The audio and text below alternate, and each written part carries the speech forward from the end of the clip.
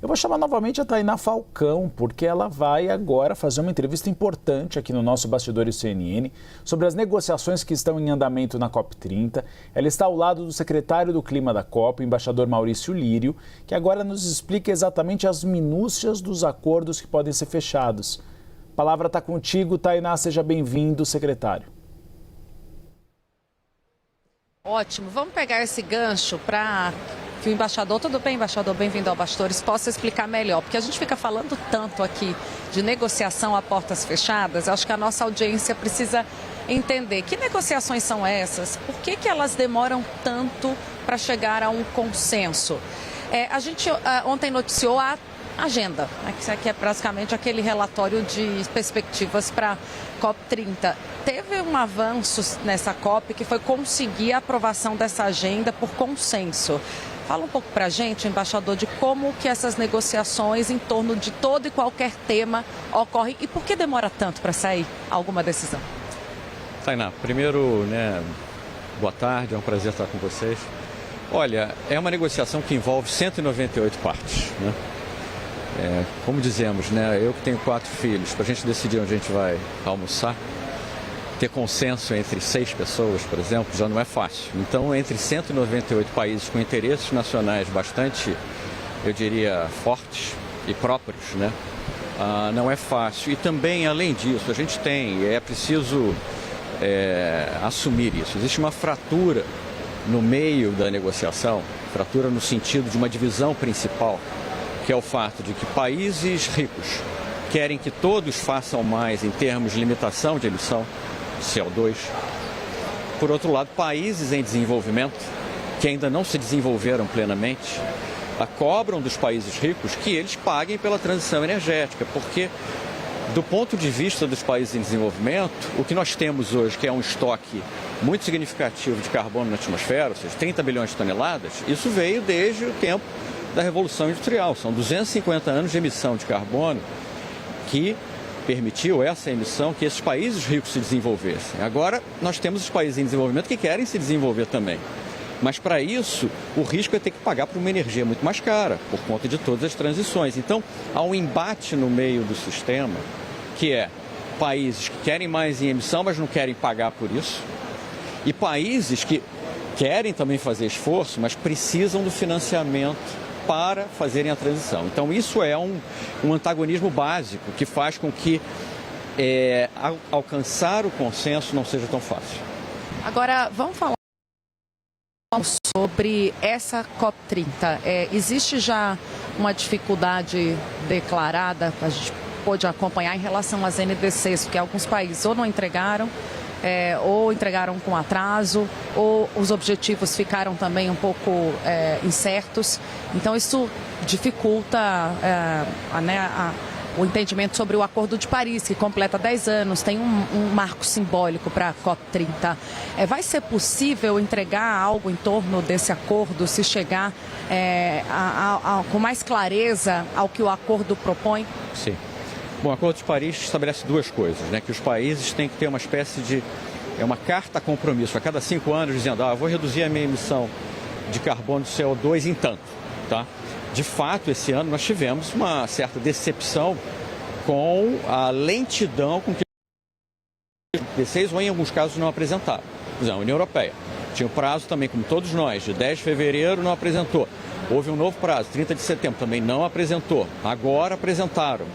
Então, o que nós temos hoje, o quadro hoje, é que a gente tem em torno de 111 países que apresentaram as NDCs, levando em conta que são 198, pouco mais de 55%, tá? Isso é significativo do ponto de vista de emissões globais, porque esses países respondem por mais ou menos 80% das emissões. Então, em termos de emissão, é bom. Nós tivemos um número razoável, tá? Mas ainda não é suficiente, porque alguns países não apresentaram e, ao mesmo tempo, nós temos a incógnita dos Estados Unidos, porque a NDC dos Estados Unidos foi apresentada ainda no governo Biden, um governo que era muito comprometido com o Acordo de Paris. Entrou um novo governo, o presidente Trump, que denunciou o acordo. Denunciar é anunciar que vai sair do acordo. Isso vai ser efetivado agora em janeiro do ano que vem. Então, o quadro é ainda preocupante, mas o avanço foi feito, porque há 2 semanas da COP, nós tínhamos somente 67 países que haviam entregado.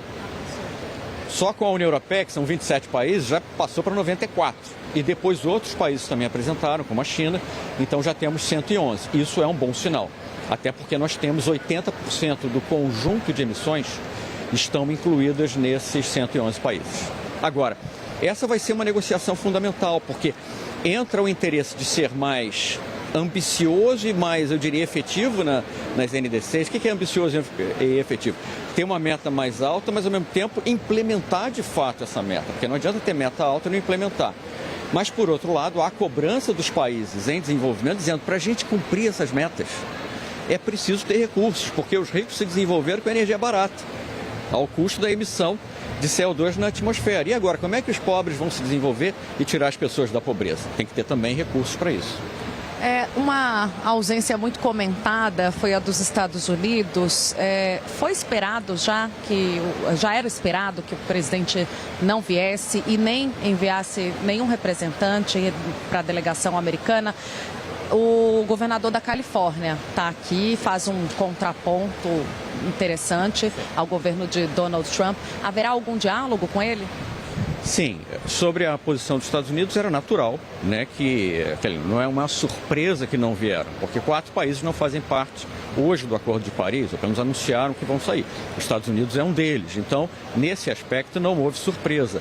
Agora, o que nos alegra é a participação muito significativa de representantes ou da sociedade civil ou de entidades subnacionais, como os estados e cidades nos Estados Unidos, inclusive o governador da Califórnia. Se nós pensarmos que a Califórnia tem um produto interno que faria com que, se fosse um país, equivaleria a mais ou menos a 5ª ou 6ª economia mundial, então nós temos um peso também grande dos Estados Unidos nesse sentido, de que um dos estados mais ricos e também um estado também que emite, mas ao mesmo tempo é muito progressista em termos de políticas ambientais, está aqui muito bem representado pelo governador.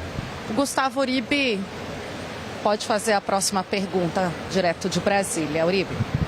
Secretário, o senhor é um dos mais experientes em COP, o senhor tem acompanhado todas as negociações. O quadro ainda é difícil, as metas não têm sido alcançadas, os países não têm colocado de pé o mercado de crédito de carbono. O Brasil poderia receber muitos recursos e não tem recebido pela falta de comprometimento. Ainda diante de todo esse cenário difícil, qual é o legado que o senhor acredita que deixará para a humanidade a COP30? Olha, em primeiro lugar, a cúpula que antecedeu agora a COP foi muito bem sucedida. E nós, inclusive, lançamos o presidente Lula à frente, ou seja, com muito empenho, falando com uma série de líderes, nós conseguimos lançar o Fundo de Florestas Tropicais para Sempre, que é, não só, eu acho, né, nós avaliamos como um sucesso nos aportes iniciais, né, dos 5,5 bilhões de dólares, e um compromisso da Alemanha, como disse o chanceler Merz, de fazer um aporte considerável, financeiro considerável. E ele falou considerável de acordo com os padrões alemães, o que é muito significativo, né? Então, não só os aportes significativos, mas a consagração de um princípio, que é o princípio de que a floresta de pé presta um serviço ambiental fundamental para o planeta. E, portanto, é preciso remunerar aqueles países que mantêm a floresta de pé. Porque sabemos que os interesses econômicos são muito fortes para a destruição das florestas, para a exploração de atividades econômicas. Então é preciso reconhecer que a floresta não destruída presta um serviço e esse serviço tem que ser remunerado. Remunerado de que maneira? Os países que adotam políticas públicas que reduzem o desmatamento devem receber para poder aperfeiçoar essas políticas e reduzir ainda mais para que nós não tenhamos o desmatamento como um dos fatores da mudança do clima. A gente ouve muito falar, até nos discursos do presidente Lula aqui, sobre a redução dos combustíveis fósseis, né? Está na agenda também. Mas tem um contrassenso, que é o presidente Lula defendendo a margem equatorial, a exploração de petróleo na foz do Rio Amazonas. Como é que fica, embaixador, defender a diminuição do uso dos combustíveis fósseis e promovê-la ao mesmo tempo? Não, eu não vejo um contrassenso, Tainá, pelo seguinte: a gente tem que fazer a transição energética, e o presidente tem sido muito enfático nisso, para sair da dependência dos fósseis, tá? Mas de acordo com as normas da Convenção do Clima, quem tem que fazer isso primeiro são os países ricos. Olha só, temos países com nível de desenvolvimento altíssimo, né? Canadá, Canadá anunciou esse ano também, no último biênio, vários poços novos para exploração de petróleo. Vários países ricos fizeram isso.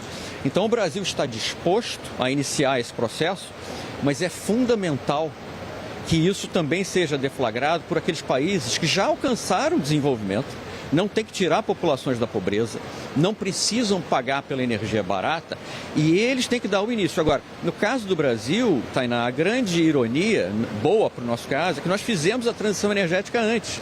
O Brasil já tem uma matriz energética muito limpa. Para você ter uma ideia, em termos de renováveis, nós temos o triplo da média mundial. E em eletricidade é um espanto, porque nós temos 90% de renováveis. Eletricidade de forma geral, mas mesmo para rodar a frota nacional, nós temos o uso de biocombustíveis, que no seu processo de produção dos biocombustíveis, a gente tem absorção de carbono, né? Então, isso é que é importante, é que o Brasil já fez a transição energética, está disposto, inclusive, a assumir compromissos em termos de fazer com que os fósseis, combustíveis fósseis, né, petróleo, gás natural e carvão, paguem pela transição energética, mas estamos, na verdade, na vanguarda, porque a transição energética foi realizada inicialmente no Brasil, não por razões climáticas, mas porque nós não tínhamos combustíveis fósseis, né? Não sabíamos que tínhamos nos anos 80 e 90 e realizamos um alto investimento em hidrelétricas e também em biomassa, pelos biocombustíveis. Uribe? Tainá Falcão, eu agradeço a entrevista do Lírio, ele é realmente um dos principais articuladores de todo esse processo.